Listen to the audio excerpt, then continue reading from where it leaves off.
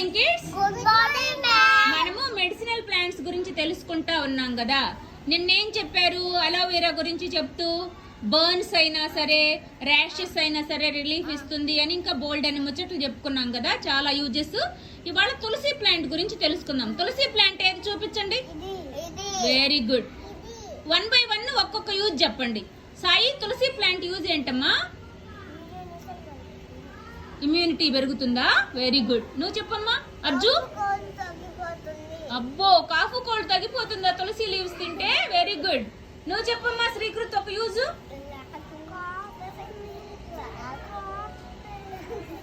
Sore throat తగ్గుతుందా? Relief వస్తుందా? Very good. నువ్వు చెప్పమ్మా.